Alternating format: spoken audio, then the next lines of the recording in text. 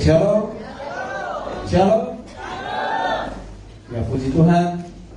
Kita bersyukur di hari ini adalah hari yang spesial, hari yang penuh dengan sukacita bagi seluruh umat percaya yang percaya kepada Kristus, yaitu memperingati akan kematian Yesus Kristus.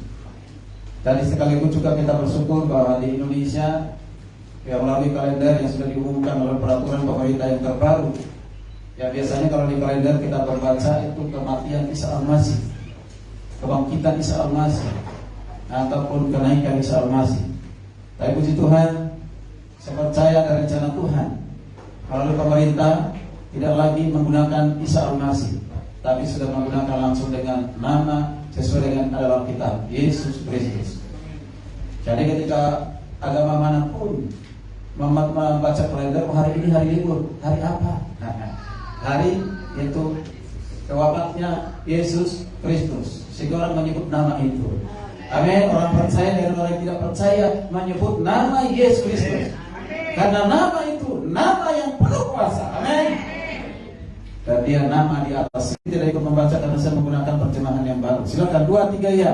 Dan Kristus telah mati untuk semua orang, supaya mereka hidup tidak lagi hidup untuk dirinya sendiri, tetapi untuk Dia yang telah mati dan telah menghidupkan mereka. Sebab itu kami tidak lagi menilai seorang juga pun menurut ukuran manusia. Dan jika kami menilai menurut ukuran manusia, sekarang kami adalah yang menerimanya demikian. Jadi siapa yang adalah Yesus, Ia adalah ciptaan baru yang telah masuk lalu sesungguhnya yang baru saudara. Dan semuanya ini dari Allah yang dengan terang-terang Kristus telah menggandakan kita dengan dirinya dan yang telah mempercayakan pelayanan perdamaian itu kepada kami. Bahwa damai hidupnya dari Dia yang tertulis dan tidak memperhitungkan perkara mereka. Ia telah mempercayakan berita perdamaian itu kepada kami. Jadi kami ini adalah utusan-utusan Kristus, karena Allah menasihati kamu dengan perantaraan kami. Dalam nama Kristus kami meminta kepadamu, berilah dirimu didamaikan dengan Allah. Bersama-sama. Dia yang tidak mengenal dosa akan membuatnya menjadi dosa karena kita, supaya dalam Dia kita dibenarkan oleh Allah. Amin. Amin. Silakan duduk. Bapak Ibu jemaat kasih Tuhan, saya akan membaca mengulang ayat. Tidak lagi hidup untuk diri sendiri, tetapi untuk Dia yang telah mati dan telah dibangkitkan untuk mereka. Kristus telah mati untuk semua orang, supaya mereka yang hidup tidak lagi hidup untuk diri sendiri. Ada tema firman Tuhan hari ini adalah kematian yang membawa ataupun yang memberikan kehidupan. Kematian yang memberikan kehidupan. Perhatikan kata kematian. Kematian itu tidak diinginkan orang secepatnya. Ingin hidup lebih lama. Makanya sampai ada puisi yang mengatakan ingin hidup 1000 tahun. Nah, setiap orang pasti menginginkan kalau bisa menghindari kematian atau lebih lama hidup, cepat mati. Tapi sekalipun demikian, tidak ada yang bisa menghambat kematian. Kematian itu pasti hanya tinggal menunggu detik waktu. Tapi kita perhatikan, Bapak Ibu kasih Tuhan, kematian orang-orang percaya adalah kematian yang memberikan kehidupan, yang masuk di dalam kehidupan. Amin. Kematian kita bukan kematian akhir dari segala-galanya, seperti yang ditakuti oleh orang, dihindari orang kalau bisa. Memang kita berdoa apalagi ulang tahun, panjang umurnya, lanjut usianya. Kalau panjang umur, lanjut usia. Kalau panjang umur, lanjut usia berarti minta ada tambahan umur dari yang sudah ada. Terima kasih Tuhan. Hari ini kita boleh bersama-sama. Ternyata berbeda dan sangat berbeda dengan kematian Yesus. Dia menderita, dia merasakan sakit. Dia sehakikat dengan manusia. Kematian manusia biasa dan seperti kita dengan kematian Yesus itu sangat berbeda. Kalau orang yang tidak memahami kematian memberikan kehidupan, maka mungkin orang lain mengatakan orang Kristen sudah gila. Masa orang Tuhan yang mati bisa memberikan kehidupan? Atau Tuhan kok mati? Tuhan kok mati? Kalau Tuhan berteriak di kayu salib, Eli, Eli, Eli, bisa bertanya, Allahku, Allahku, mengapa engkau meninggalkan aku? Itu salah satu ucapan Yesus di kayu salib. Dia memanggil Allah, dia memanggil Tuhannya, dia minta pertolongan, dia sedang menderita, dia sedang kesakitan, dia butuh pertolongan Tuhan supaya lepas dari salib itu, dari penderitaan itu. Bukankah itu membuktikan Yesus juga adalah manusia biasa seperti kita? Itu bagi orang yang percaya kalau Yesus yang disalibkan. Tapi banyak teori ketika Yesus sudah dikuburkan, lalu katakan waktu Yesus ditemukan tidak lagi di kuburannya, dikatakan dicuri oleh murid-muridnya. Inilah teori-teori yang sampai saat ini masih diyakini dan masih disebarkan. Bapak Ibu dikasih Tuhan, tentu pandangan kita, pemahaman kita sangat berbeda dengan pandangan dunia ini. Amin. Pahami dulu, Yesus Kristus itu dua hakikat. Satu hakikat ilahi, satu hakikat manusia. Atau sering dikatakan dia adalah Allah sejati dan dia adalah manusia sejati. Ada orang yang tidak setuju mengatakan dua sifat satu pribadi. Silakan saja tidak setuju dengan hal itu, tapi lebih tepat barangkali kita mengatakan yaitu dua hakikat satu pribadi. Jangan juga kita memahami Yesus itu dua pribadi. Pribadi manusia, pribadi ilahi. Kealahannya tidak kurang sama sekali. Kemanusiaannya tidak mempengaruhi kealahan itu. Bahkan kealahan itu tidak rusak oleh karena kemanusiaannya. Tetap sempurna. Amin. Karena ada jahat mengatakan dia mengakui Yesus itu adalah Allah, mengakui Yesus itu juga manusia. Tetapi ketika Allah menjadi manusia, itu mempengaruhi dua-duanya. Jadi mutu kealahannya itu berkurang bahkan rusak. Mutu kemanusiaan pun seperti itu, berkurang mutunya, kualitasnya. Ini adalah ajaran-ajaran atau pandangan-pandangan yang sesat yang harus kita tolak. Hari ini kita mulai bersama-sama. Yang mati itu bukanlah Tuhan. Yang mati itu adalah kemanusiaannya. Di mana kealahannya? Apakah meninggalkannya? Atau kembali ditarik oleh Bapa, diambil oleh Bapa karena diyakini oleh pemberian Bapa, bersumber dari Bapa, diberikan kepada Yesus? Sesungguhnya Yesus waktu dia menjadi manusia, dia hanya manusia biasa, tidak punya apa-apa, tidak punya kuasa, tidak punya kemuliaan, dia tidak punya firman. Dia katakan, yaitu setelah dibaptis sampai nanti tahap Yesus ada di kayu salib, kuasa itu, kemuliaan itu tidak lagi dimiliki Yesus karena dia harus mati. Lalu setelah Yesus bangkit dari kematian, diberikan lagi kembali kemuliaan itu oleh Bapa sampai sekarang. Kalau Yesus pun bisa melakukan mujizat semasa hidupnya, bukan karena itu Tuhan, karena kuasa Tuhan yang diberikan kepada Yesus. Saudara, hati-hati ajaran ini. Tidak boleh ada ini dimasuk di ajaran agama, tidak masuk di ajaran di King Immanuel. Amin. Harus kita tahu. Tidak demikian. Tadi firman Tuhan itu tadi nyanyian pujian itu yang dinyanyikan oleh mahasiswa atau mana asrama itu Alkitab. Yesus mati sekali untuk selama-lamanya. Dan di situ jelas dengan rela tidak punya untuk apa dia berkorban, dia harus menderita. Di dalam penderitaan itu manusia menghina Yesus. Di dalam perjalanan menuju Bukit Golgota, apa yang terjadi perjalanan itu? Ada yang memuji-muji Yesus, tapi ada yang mengolok-oloknya, ada yang menghinanya, ada yang meludahinya. Bukan saja dalam perjalanan ketika Yesus tidak kuat untuk membawa salib itu, digantikan dengan siapa? Siapa? Siapa? Terima kasih Tuhan. Secara manusia Yesus tidak kuat memikul salib itu. Tapi kalau dia menggunakan keilahiannya, bisa tidak?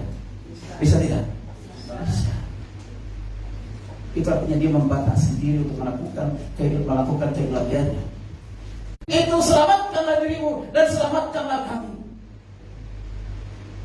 Dan salah satu dari penjahat yang disalibkan itu juga mengolok-olok Yesus. Tapi yang satu menyatakan, jika engkau datang menjadi raja, dia katakan, selamatkan saya, kira-kira seperti pengertiannya, bawa kepada kerajaan itu. Nah, kasih Tuhan, mari kita perhatikan bersama-sama. Kita sudah tahu merayakan kematian Kristus. Pasti katakan apa? Untuk kematian, untuk menebus dosa kita, menggantikan kita manusia berdosa. Betul. Kita harus tahu supaya kita sungguh-sungguh bersyukur dan takut akan Tuhan, mengasihi Tuhan, mengasihi sesama, dan juga kita mau terus memberitakan berita ini, berita kematian dan kebangkitan Kristus sendiri. Kita harus sadar dulu siapa kita sebelum menikmati makna kematian itu, makna kebangkitan itu. Kita harus tahu, dan kita dengan tahu kita harus sadar untuk hal itu. Kita buka, nggak tahu kenapa mati, bahkan ayo.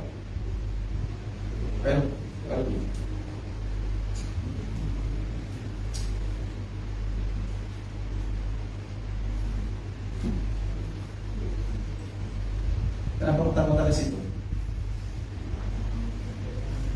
Lanjut. Yang pertama, dari ayat yang kita baca ini, kita harus tahu apa keadaan kita. Bagaimana keadaan manusia sebelum menerima dan percaya kepada kematian Kristus. Kita harus tahu keberadaan kita, sedangkan keberadaan itu kita bersyukur.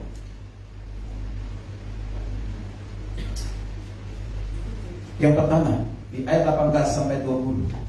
Keberadaan orang yang di luar Kristus sebelum di dalam Kristus. Maka katakan di ayat 17 itu kita harus menjadi ciptaan baru. Tapi sebelum kita menjadi ciptaan baru, keadaan kita sangat mengerikan. Kita ini adalah seterunya Allah. Kita ini adalah musuhnya Allah. Setelah manusia jatuh dalam dosa, manusia mengalami kehilangan persekutuan hubungan dengan Tuhan. Coba kita perhatikan ini. Ayat 18 sampai 20. Dan semua ini dari Allah, yang dengan perantaraan Kristus telah diperdamaikan kita dengan dirinya. Perhatikan. Kristus telah diperdamaikan kita dengan dirinya. Ada jalan sekarang ini. Kematian Yesus itu untuk memperdamaikan kita dengan iblis. Jadi Yesus mati untuk apa? Untuk apa? Membebaskan kita dari setan. Itu pengajaran ada di Korea itu. Yaitu disebut dengan ajaran Tarpam. Nah, perhatikan. Sebab Allah mendamaikan dunia dengan dirinya oleh Kristus, dengan tidak memperhitungkan pelanggaran mereka dan seterusnya. So, perhatikan. Ada kata istilah mendamaikan, didamaikan. Ayat 18, 19, dan 20. Ini menunjukkan apa? Ini menunjukkan sebelumnya, sebelum didamaikan. Berarti manusia adalah musuhnya Tuhan. Wow. Antara manusia dengan Allah satu permusuhan. Ada permusuhan. Tapi bagaimana Tuhan menyelesaikan permusuhan itu? Bukan dengan cara manusia, bukan dengan cara kita. Kita yang berbuat dosa, kita melakukan kejahatan, tetapi dengan cara Tuhan. Yaitu, perhatikan di ayat yang Roma 5 ayat 10. Perhatikan ini. Sebab jikalau kita ketika masih seteru itu sama dengan musuh, diperdamaikan dengan Allah oleh kematian anaknya, oleh kematian Yesus Kristus. Lebih-lebih kita yang sekarang telah diperdamaikan, pasti akan diselamatkan oleh hidupnya. Perhatikan baik-baik ayat ini. Keadaan kita sebelum dalam Kristus, kita ini musuh Allah, seterunya Tuhan. Catat itu. Kita tidak siapa-siapa. Kita ini adalah musuh. Namanya musuh itu tidak enak. Ada di sini suka bermusuhan, enak gak bermusuhan? Tidak nyaman. Kalau kita bermusuhan dengan seorang, kira-kira kita mau ketemu dengan orang itu gak? Kalau kita bisa menghindari. Atau mungkin kita berdoa supaya dia cepat-cepat apa? Mati. Ya kan? Padahal mungkin kutukin. Mengapa? Karena mungkin musuh itu pernah menyakiti hati kita, memfitnah kita, mengkhianati kita, berulang-ulang dilakukan. Wah, orang seperti ini lebih baik cepat binasa. Mati. Namanya musuh itu gak enak. Makanya jangan pernah bermusuhan. Suami istri jangan sampai bermusuhan. Anak-anak jangan sampai bermusuhan. Tidak nyaman, tidak enak. Ketika manusia bermusuhan dengan Allah karena dosa manusia, tidak nyaman. Adam dan Hawa ketakutan. Apa yang mereka lakukan setelah jatuh dalam dosa? Adam dan Hawa tersembunyi. Mereka ketakutan. Ketika Tuhan manggil Adam, Adam, di manakah engkau? Mereka sedang tersembunyi. Mereka Tuhan. Permusuhan itu sangat menakutkan. Yang kedua, di ayat 19, keadaan orang di luar Kristus. Di ayat 19, perhatikan. Di ayat 19, sebab Allah mendamaikan dunia dengan dirinya oleh Kristus dengan tidak memperhitungkan pelanggaran mereka. Perhatikan kata pelanggaran mereka. Sejak manusia jatuh dalam dosa, manusia itu melakukan pelanggaran atau melanggar hukum Tuhan. Adam dan Hawa melanggar hukum Tuhan yang sudah ditentukan. Bangsa Israel melanggar hukum Tuhan. Mereka sudah tahu hukum Taurat, tapi mereka melanggarnya. Kita sudah tahu kebenaran, tapi kita masih melanggarnya. 1 Yohanes 3 ayat 4. Setiap orang berbuat dosa melanggar juga hukum Allah, sebab dosa adalah pelanggaran hukum Allah. Jadi manusia itu sudah kebiasaannya, sifatnya untuk melanggar. Udah tahu itu peraturan harus ditaati, tapi hatinya tetap memberontak untuk melanggar. Aturan yang dibuat oleh Tuhan. Tuhan adalah roh yang tidak kelihatan itu. Kita sering melanggar. Apalagi aturan manusia. Aturan dibuat oleh manusia aja manusia melanggarnya. Mungkin karena dia berpikir itu kan buatan manusia, itu kan buatan pemerintah, gak apa-apa lah melanggar, bukan hukum Tuhan. Maksudnya sudah kebiasaan dari manusia untuk melanggar. Di lampu merah masih sering saya lihat sudah catat orang lain untuk lewat. Itu karena peraturannya kalau hijau berhenti, merah lewat.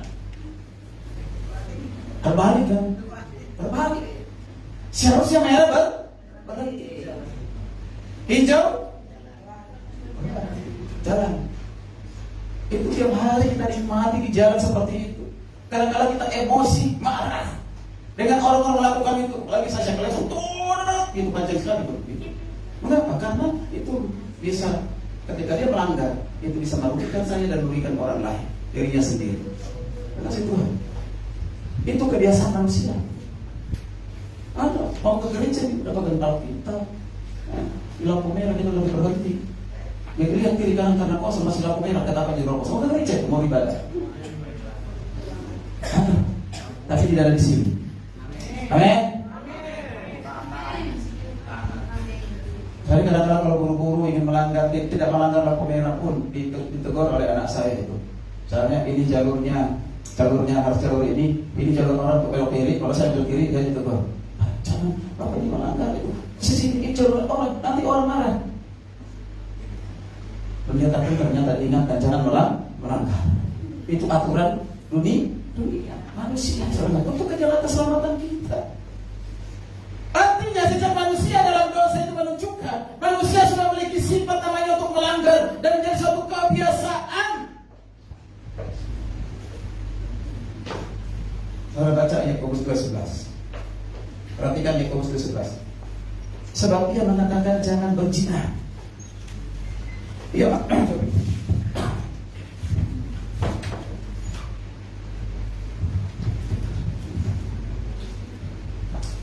Lalu dikatakan, sebab ia mengatakan jangan berzina. Ia mengatakan juga jangan membunuh. Jadi jika kamu tidak berzina, tetapi membunuh, maka kamu menjadi pelanggar hukum juga. Membunuh atau berzina atau salah satu melakukan hal itu, maka dikatakan itu adalah melanggar hukum. Jangan bilang, saya kan tidak membunuh, hanya berzina saja, dosanya kecil. Saya kan tidak berzina, hanya berbohong saja, padahal jangan jadi saksi dosa. Yang ketiga, keadaan kita di orang di luar Kristus. Ayat ke-21. Ayat 21 berkata demikian, dia yang tidak mengenal dosa telah dibuatnya menjadi dosa karena kita, supaya di dalam dia kita dibenarkan oleh Allah. Supaya di dalam dia kita dibenarkan. Orang yang berdosa sebelum percaya kepada Kristus bukan orang dia benar, tetapi karena Kristus kita dibenarkan. Berarti kita ini keadaannya orang yang tidak benar. Kalau kita baca dalam kitab Roma pasal yang ke-3 dan juga pasal yang ke-5, kemarin sudah kita khotbahkan keberadaan manusia itu bercacat celah dan tidak ada manusia yang sempurna, tidak ada manusia yang tidak berdosa. Semua dikatakan bercacat celah. Berarti kita ini bukan orang benar. Tetapi puji Tuhan, dengan kematian Yesus, pengorbanan Yesus, saudara saya menjadi orang benar. Amin. Karena sifat tidak benar ini pun, saudara Tuhan, itu sama dengan pelanggaran. Ketika orang tidak benar berarti melanggar. Ketika orang melanggar berarti orang tidak benar. 1 Petrus 3:18. Sebab juga Kristus telah mati sekali untuk segala dosa kita.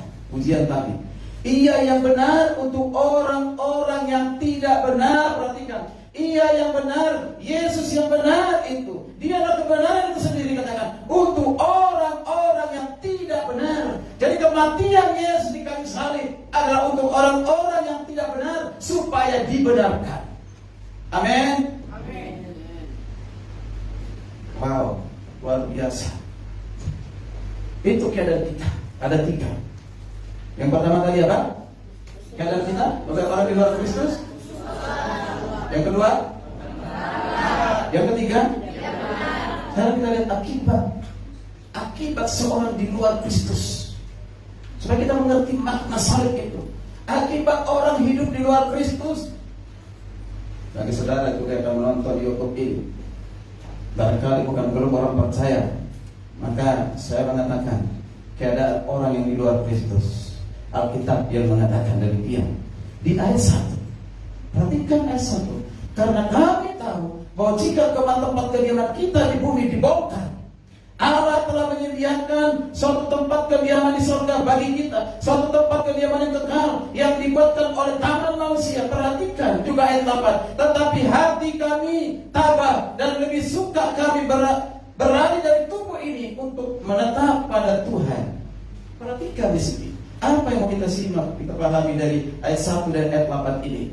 Kalau kita bisa pahami, artinya manusia yang hidup di dunia ini kalau tidak percaya kepada Kristus, dia akan mengalami namanya kematian kekal, bahkan kematian rohani, kematian jasmani. Sedang kita mengalami kematian jasmani, pasti fisik ini. Perhatikan kata yang dikatakan, jika kemah tempat kediaman di bumi, tempat kita sekarang ini adalah tubuh ini. Tubuh ini maka dikatakan berlari dari tubuh yang sekarang, tubuh yang akan mati ini. Tubuh ini akan mati. Kita katakan tubuh yang mati ini berarti pasti akan digantikan dengan tubuh yang kemuliaan yang Tuhan berikan hanya bagi setiap orang percaya kepada Kristus. Amin. Perhatikan kata-kata kemah tempat kediaman kita dibongkar, maka kata dikatakan beralih dari tubuh ini artinya sama itu kematian. Kematian ini bisa datang kapan saja, di mana saja, tidak bisa dihindari. Tidak bisa dihindari. Di Efesus 2:1 dikatakan, kamu dahulu sudah mati karena pelanggaran dan dosa-dosa. Ini mati rohani. Dari kasih Tuhan. Atau dengan nekros. Mati secara dikata faktual, artinya tidak bisa berbuat apa-apa. Jadi manusia itu pada saat dia mati rohani, nggak bisa berbuat apa-apa, dan dia bisa minta tolong kepada siapapun. Hanya Tuhan yang bisa menolongnya melalui kematian Yesus. Amin. Jadi kemah kita yang ada di dunia ini kemah kita hidup ini. Ada di bumi. Yang kita doakan panjang umurnya. Kalau ulang tahun kan, apa yang kita minta ke panjang umur itu? Ya ini tubuh ini, supaya lebih lama. Kita tidak tahu dari kasih Tuhan kapan sampai kapan kita bersama dengan istri dan anak-anak, sampai kapan kita bersama dengan suami, kita tidak tahu. kapan kemah ini akan berakhir, kita tidak tahu. Tapi yang pasti ada waktunya. Kalau ada waktunya, sudah siapkah kita? Yang kedua, di ayat 10, sebab kita semua harus menghadap tahta pengadilan Kristus, supaya setiap orang memperoleh apa yang patut diterimanya sesuai dengan dilakukan dalam hidupnya, ini baik ataupun jahat. Perhatikan di ayat 10 ini, akibat dari kita melanggar tidak benar, kita harus menghadapi tahta pengadilan Kristus. Alkitab mengatakan menghadapi tahta pengadilan Kristus. Dari Ibrani 9:27 mengatakan demikian. Di sama seperti manusia ditetapkan untuk mati hanya satu kali, tidak ada mati dua kali. Terkatakan sesudah itu dihakimi. Ingat ini. Dan ketika kita sudah tinggalkan dunia ini dengan tinggalkan kemah ini yang sebentar ini, suatu saat kita akan menghadapi tahta pengadilan Kristus. Tahta pengadilan Kristus bagi orang percaya dengan orang yang tidak percaya itu tentu beda. Kita akan menerima pahala bagi orang percaya. Mahkota, tetapi bagi orang yang tidak percaya, yaitu kata paling untuk mati untuk selama-lamanya. Artinya kebinasaan untuk selama-lamanya. Di 2 Tesalonika 1:9, mereka ini akan menjalani hukuman kebinasaan selama-lamanya. Siapa itu yang menjalani hukuman kebinasaan selama-lamanya? Yaitu mereka yang menolak kematian Yesus, mereka yang menolak kebangkitan Kristus, yang menolak Yesus sebagai Tuhan dan Selamat. Mereka akan mengalami hal ini. Mengerikan. Terima kasih Tuhan. Ini akibat orang hidup di luar Kristus. Berikutnya, bagi kita, kematian Kristus memberikan kehidupan. Apa yang dilakukan oleh Yesus, apa yang dilakukan oleh Allah bagi orang yang di luar Kristus, bagi semua manusia di dunia ini, apa yang dilakukan oleh Allah? Di ayat 14-15, perhatikan. Sebab kasih Kristus menguasai kami, karena kami telah mengerti bahwa jika satu orang sudah mati untuk semua orang. Perhatikan, satu orang, sudah dikatakan jika satu orang sudah mati, siapa itu? Adalah Yesus Kristus. Untuk siapa? Untuk semua orang. Tapi apakah otomatis? Tidak. Harus percaya. Dan dikatakan, maka semua sudah mati, dan Kristus telah mati untuk semua orang, supaya mereka yang hidup tidak lagi hidup untuk diri sendiri, tapi untuk Dia yang telah mati dan telah dibangkitkan. Wow, luar biasa. Apa yang dilakukan oleh Allah, bukan apa yang kita lakukan, tapi apa yang dilakukan oleh Allah, yaitu memberikan anaknya Yesus Kristus sebagai penebus kita, menggantikan kita yang berdosa ini. Dan Yesus mati di kayu salib adalah untuk memberikan kehidupan. Amin. Yesus mati di kayu salib adalah untuk memberikan kehidupan bagi mereka yang sudah mati secara rohani, tidak punya hubungan persekutuan dengan Tuhan. Dia mati, tidak bisa berbuat apa-apa dengan cara apapun. Manusia tidak bisa berbuat apa-apa. Tapi Allah sendiri datang ke dunia ini menjadi manusia, yaitu Yesus Kristus mati di kayu salib untuk menggantikan kita. Kristus mati supaya kita bisa hidup. Amin. Kristus mati supaya kita bisa hidup. Itu yang dikatakan tadi ayat 15. Kalau kita perhatikan lagi Yohanes 10:10 itu apa Yesus datang? Untuk memberikan kepada mereka hidup berkelimpahan. Hidup itu adalah joy, hidup yang kekal. Roma 5:8. Akan tetapi Allah menunjukkan kasih-Nya kepada kita. Perhatikan, semua dasar dilakukan oleh Allah itu karena kasih. Oleh karena Kristus telah mati untuk kita ketika kita masih berdosa. Perhatikan, Yesus mati bagi kita ketika kita bukan sempurna, bukan tidak berdosa, tapi karena kita berdosa. Wow, luar biasa. Bapak Ibu dikasih Tuhan, kalau kita menyadari hal ini semua, sebenarnya buat kita, siapa saya Tuhan kalau mati di kayu salib? Siapakah Tuhan? Siapakah Tuhan? Manusia berdosa yang penuh dengan kezaliman, yang penuh dengan kejahatan, yang penuh dengan banyak hal yang saya lakukan Tuhan, yang tidak menyenangkan hatimu, yang tidak dilihat orang lain. Siapa saya Tuhan? Saya manusia berdosa yang seharusnya binasa. Di ayat 21 perhatikan. Di ayat 21, Dia yang tidak mengenal dosa telah dibuatnya menjadi dosa karena kita. Sekaligus saya mengatakan, dia telah mengenal dosa, bukan saja tidak mengenal dosa, Yesus itu, tetapi tidak berdosa dan tidak berpotensi untuk berbuat dosa. Karena ada cara mengatakan Yesus itu berpotensi untuk berbuat dosa. Mengapa? Karena dia dilahirkan dilahirkan oleh Maria yang berdosa. Tidak ada teori Alkitab yang mengatakan demikian. Tidak ada hubungannya darahnya Maria, rahimnya Maria itu hanya dipinjam, dipakai alat oleh Tuhan untuk mengandung melahirkan Yesus. Tidak ada hubungan darah sama sekali. Karena darah Yesus adalah darah yang kudus, darah yang suci, darah yang tidak ada dosa. Tetapi Alkitab mengatakan dia yang tidak berdosa menjadi dosa karena kita. Perhatikan ayat ini, jangan sampai dikatakan, oh karena kita yang berdosa, Yesus jadi berdosa. Bukan begitu. Artinya menggantikan orang berdosa supaya dalam dia kita dibenarkan oleh Allah. Luar biasa. Jadi untuk menangani kondisi manusia yang sangat mengerikan itu, yang berdosa dan melanggar itu, yang tidak benar itu, penggantinya adalah Yesus Kristus. Seharusnya manusia dihukum mati, binasa, tetapi oleh karena kasih Tuhan kita diberikan kehidupan di dalam Yesus Kristus. Amin. Bapak Ibu dikasih Tuhan, slide selanjutnya. Yang kedua bisa kita perhatikan di ayat yang ke-15 sampai 20, 19 sampai 20. Saya akan baca, perhatikan. Sebab di dalam Kristus Allah mendamaikan dunia dengan dirinya tanpa memperhitungkan pelanggaran mereka. Perhatikan ini kata, dan telah mempercayakan berita perdamaian itu kepada kami. 20. Jadi kami ini utusan Kristus, kata Paulus. Sebab Allah menasihat kamu dengan perantara kami. Di dalam nama Kristus kami meminta kepadamu, berilah dirimu didamaikan dengan Allah. Perhatikan kata di dalam dikatakan dia telah mempercayakan berita perdamaian. Dia telah mempercayakan berita tentang kematian di Kristus yang perdamaikan Allah dengan manusia, memperdamaikan manusia dengan Allah. Itu telah dipercayakan kepada para rasul dan juga dipercayakan kepada kita yang sudah diperdamaikan dengan Allah. Dikatakan kami ini adalah utusan Kristus, duta Kristus. Maksudnya saudara kasih Tuhan, yang dilakukan oleh Tuhan adalah mempersiapkan para rasul, mempersiapkan orang-orang percaya untuk apa? Untuk memberitakan kematian dan kebangkitan Kristus itu. Mereka dipersiapkan dan mereka diutus.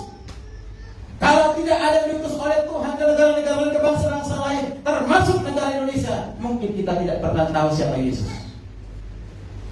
Tapi karena para misionaris yang telah diutus oleh Tuhan ke Indonesia, sehingga kita punya Alkitab dan kita punya para misionaris yang kita tahu Alkitab ini, kita pahami firman Tuhan, kita mengerti firman Tuhan. Oh benar bahwa Yesus telah mati dan bangkit bagi kami.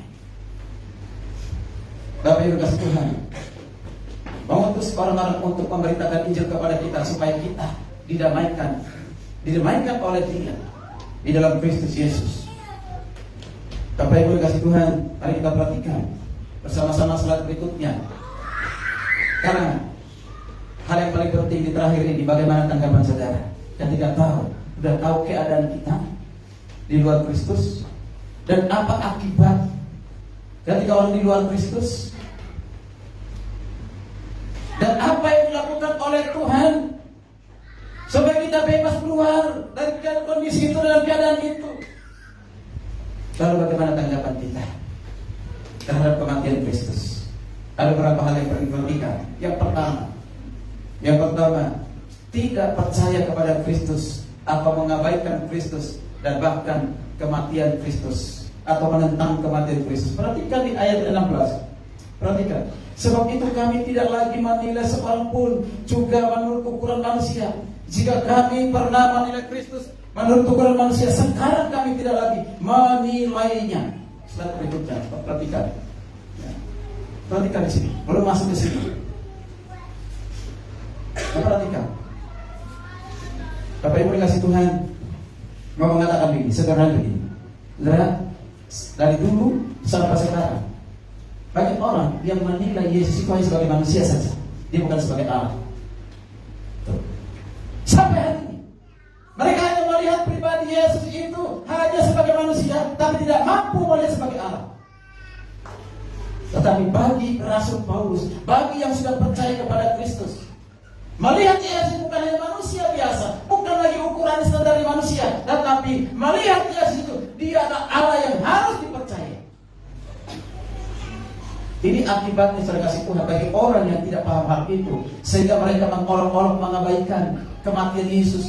Yesus itu adalah manusia, yang mati itu adalah manusia, dia bukan Tuhan. Dia adalah manusia. Bagaimana kita mempercayai dia adalah manusia yang dipertuhankan? Bahkan dikatakan orang Kristen sudah dibodohi, sudah disesatkan oleh Rasul Paulus, karena Rasul Paulus lah yang mengajarkan Yesus Tuhan. Rasul-rasul yang lain tidak. Maka ini orang-orang yang datangnya Kristen, mengaku Kristen, jadi mualaf juga mengatakan demikian. Luar biasa. Mengatakan itu adalah berita kebohongan. Bahkan ada suatu artis cantik yang mengatakan tentang Yesus itu sebenarnya itu tidak pernah ada, itu suatu kebohongan. Luar biasa. Sehingga apologet Kristen langsung membela iman, bukan membela Yesus. Luar biasa. Yang selalu konten dengan hal itu adalah salah satu hamba Tuhan namanya Elia, dan juga ada yang lain yaitu Babang Nursena. Terima kasih Tuhan.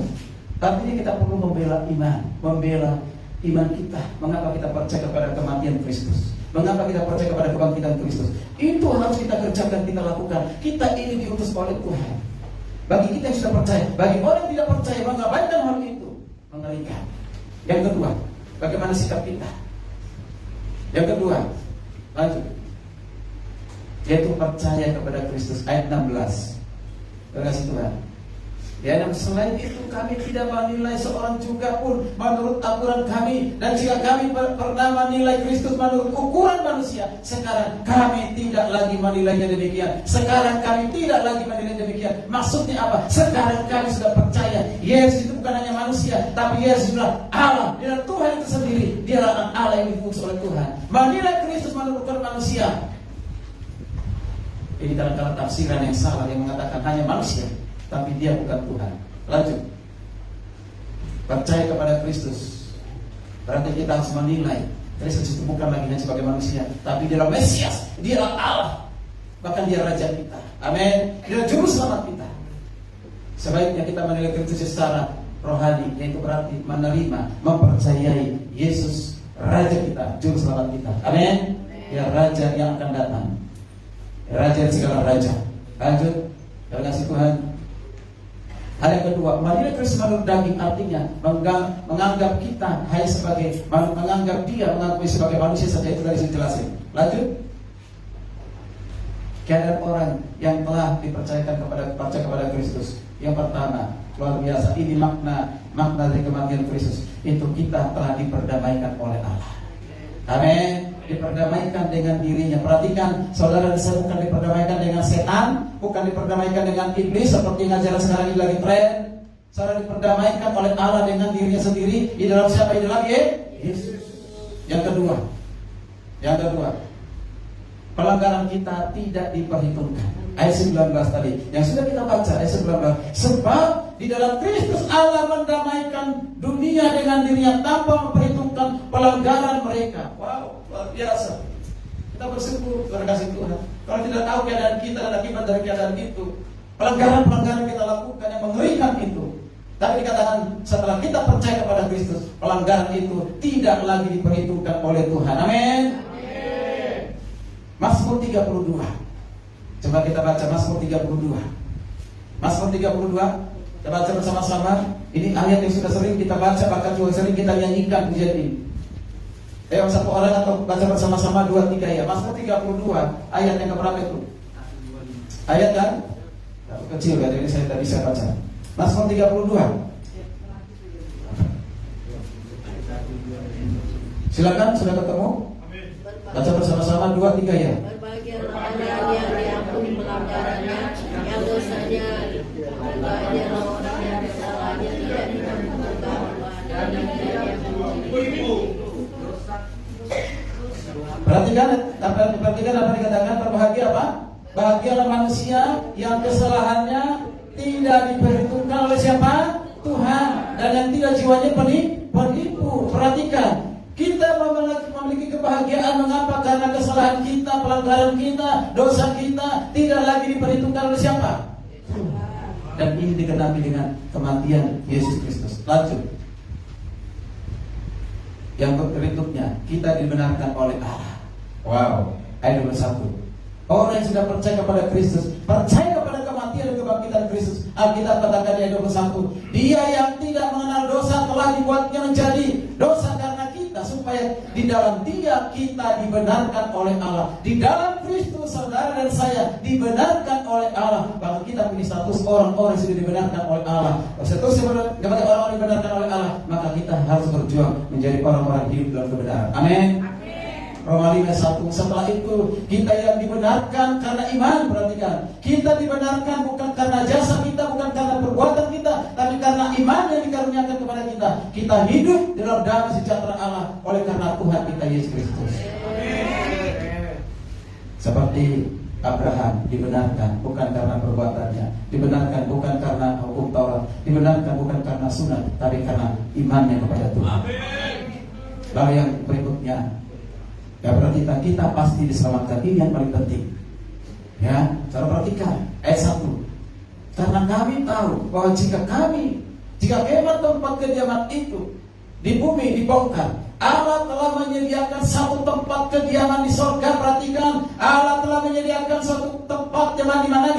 Di sorga. Bagi siapa? Bagi kita. Siapa itu kita? Orang yang sudah percaya.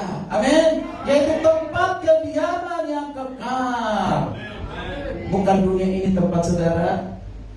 Ya, bukan rumah yang kita miliki, tempat kita untuk selama-lamanya. Bukan dunia ini tempat kita, tempat ini semua sementara, tapi tempat yang kekal, kediaman yang kekal Tuhan sediakan di surga. Dan hanya bagi mereka yang percaya kepada kematian dan kebangkitan Kristus. Kalau tidak, engkau tetap binasa.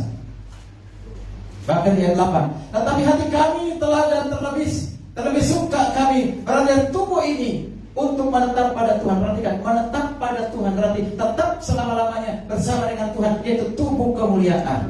Wow, saya menantikan tubuh kemuliaan itu, Bapak Ibu kasih Tuhan. Luar biasa. Lanjut. Berikutnya, nanti baca kitab Wahyu. Wahyu berapa itu? Yohanes 4:3 yang sudah katakan oleh Yesus sebelum dengan Thomas, aku akan pergi ke sana menjadikan tempat bagimu, yaitu tempat yang kekal di surga disediakan oleh Tuhan. Lanjut. Nah, ini hal yang praktis. Ketika saudara tahu makna Kristus, kematian Kristus bagi hidup saudara, apa yang harus kita lakukan? Jelas Alkitab mengatakan ayat 15. Perhatikan ini menjadi suatu perenungan bagi kita. Dan Kristus telah mati untuk semua orang supaya mereka yang hidup, perhatikan, supaya mereka yang hidup, saudara masih hidup? Masih hidup? Perhatikan ini, tidak lagi hidup untuk diri sendiri. Artinya jangan egois. Jangan memikirkan keselamatanmu, jangan hanya memikirkan kemegahanmu, jangan memikirkan kecantikanmu, jangan hanya memikirkan kesenanganmu, jangan hanya memikirkan diri sendiri. Apapun itu, saat engkau bangkit kematian Kristus bukan untuk diri sendiri, tapi untuk banyak orang. Amin. Wow, luar biasa. Diajarkan jangan egois. Katakan kepada kiri kanan, jangan egois. Jangan lagi hidup diri sendiri. Oke, yang kedua, yang terakhir, yang kedua. Karena itu maka kita dikatakan hidup untuk siapa? Untuk Kristus. Supaya mereka yang hidup tidak lagi hidup untuk dirinya sendiri, tetapi untuk siapa? Untuk Dia. Siapa itu Dia? Yesus. Luar biasa. Yesus telah mati dan bangkit itu kita hidup untuk Dia. Tidak lagi hidup hanya sekedar makan, sekedar minum. Tidak, tapi hidup untuk Kristus. Maka Paulus mengatakan, jika aku hidup adalah hidup untuk Kristus, jika aku mati adalah mati untuk Kristus. Hidup dan mati adalah untuk siapa? Kristus. Amin.